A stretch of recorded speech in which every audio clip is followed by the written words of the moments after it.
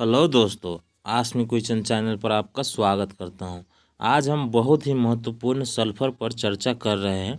अगर आप किसान हैं या एग्रीकल्चर की पढ़ाई कर रहे हैं तो यह वीडियो आपको अंत तक ज़रूर देखना चाहिए।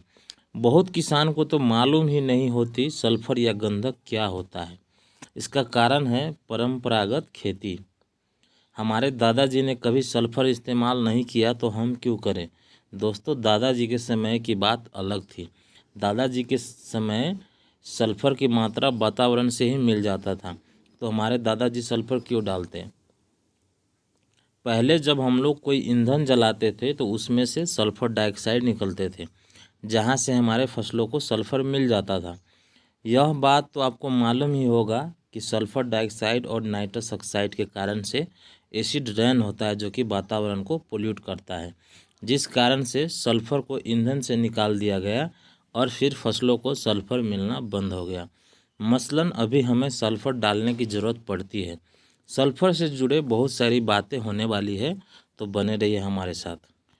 अक्सर लोगों में यह उत्सुकता होती है कि कैसे पहचानें कि हमारे प्लांट में सल्फर की कमी है।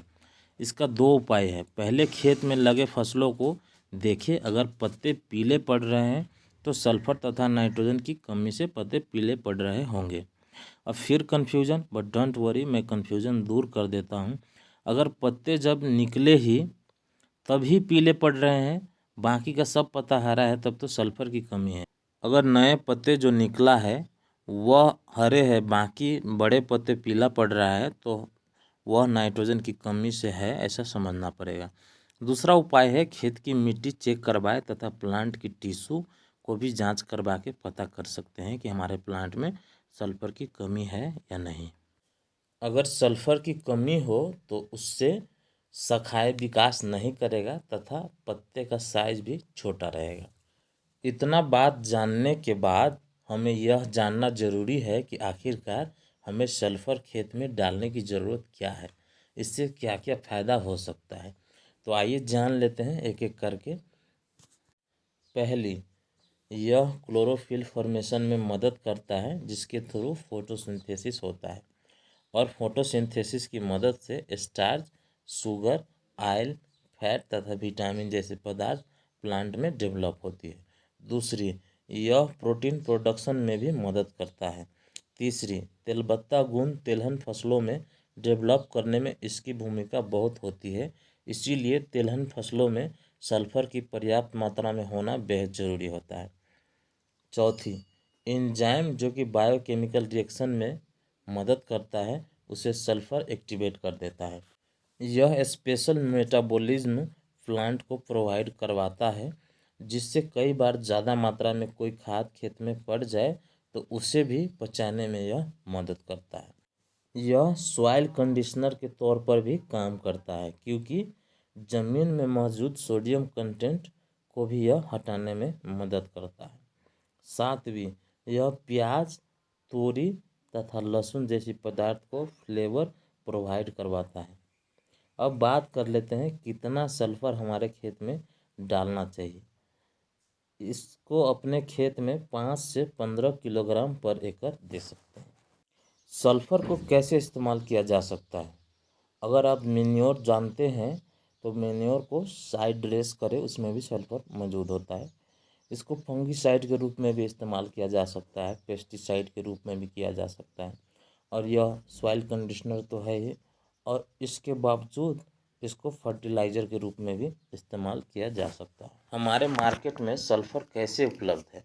मार्केट में दानेदार, पाउडर तथा तरल पदार्थ के रूप में उपलब्ध है, लेकिन यह सिर्फ एलिमेंटल सल्फर की बात हो रही है। बहुत सारे सल्फर अलग अलग खाद में मिक्स होकर आता है, जो कि अब हम जानेंगे। अब बात कर लेते हैं सल्फर हमारे प्लांट को कहाँ कहाँ से प्राप्त हो सकते हैं। सल्फर पाने के लिए अमोनियम सल्फेट का इस्तेमाल कर सकते हैं। इससे सल्फर के साथ साथ नाइट्रोजन की भी प्राप्ति होगी। इसके अलावा अमोनियम थायोसल्फेट को भी इस्तेमाल किया जा सकता है। यह पानी में घुलनशील होता है। इसमें 5% सल्फर कंटेंट होता है। इसके अलावा एलिमेंटल सल्फर को भी इस्तेमाल किया जा सकता है, जो कि ऑलरेडी हम चर्चा कर चुके हैं। जो कि 90 से 95% सल्फर से बना होता है। एलिमेंटल सल्फर को डायरेक्ट ना डालें, इसको खाद में मिक्स करके ही डालें, क्योंकि इसमें सल्फर का कंसंट्रेशन बहुत ज़्यादा होता है। इसके अलावा जिप्सम या कैल्शियम सल्फेट का भी इस्तेमाल किया जा सकता है, दोनों एक ही नाम है। इससे हमारे प्लांट को कैल्शियम तथा सल्फेट का प्राप्ति होगा। इसके अलावा मेन्योर को भी इस्तेमाल किया जा सकता है। इसमें ज़्यादा मात्रा में सल्फ़र तो नहीं होती, लेकिन अगर हम मेन्योर को इस्तेमाल करते हैं तो सल्फ़र के साथ बहुत सारे न्यूट्रिएंट्स हमारे प्लांट को मिल जाता है, और सबसे बड़ी बात, इसका कोई साइड इफ़ेक्ट नहीं है। और हमारे किसान भाइयों को मेन्योर नहीं पता है तो हम बता देते हैं। जैसे कि गोबर को हम लोग सड़ा गला के या ऐसे ही पत्ते वगैरह को, या जो हम लोग खाना खाते हैं उसको सड़ा गला के जो बनाते हैं, तो उसको हम लोग मेन्योर बोलते हैं। आशा करता हूँ दी गई जानकारी आपके लिए फ़ायदेमंद होगा। ऐसी वीडियो देखने के लिए हमसे जुड़े रहिए। धन्यवाद।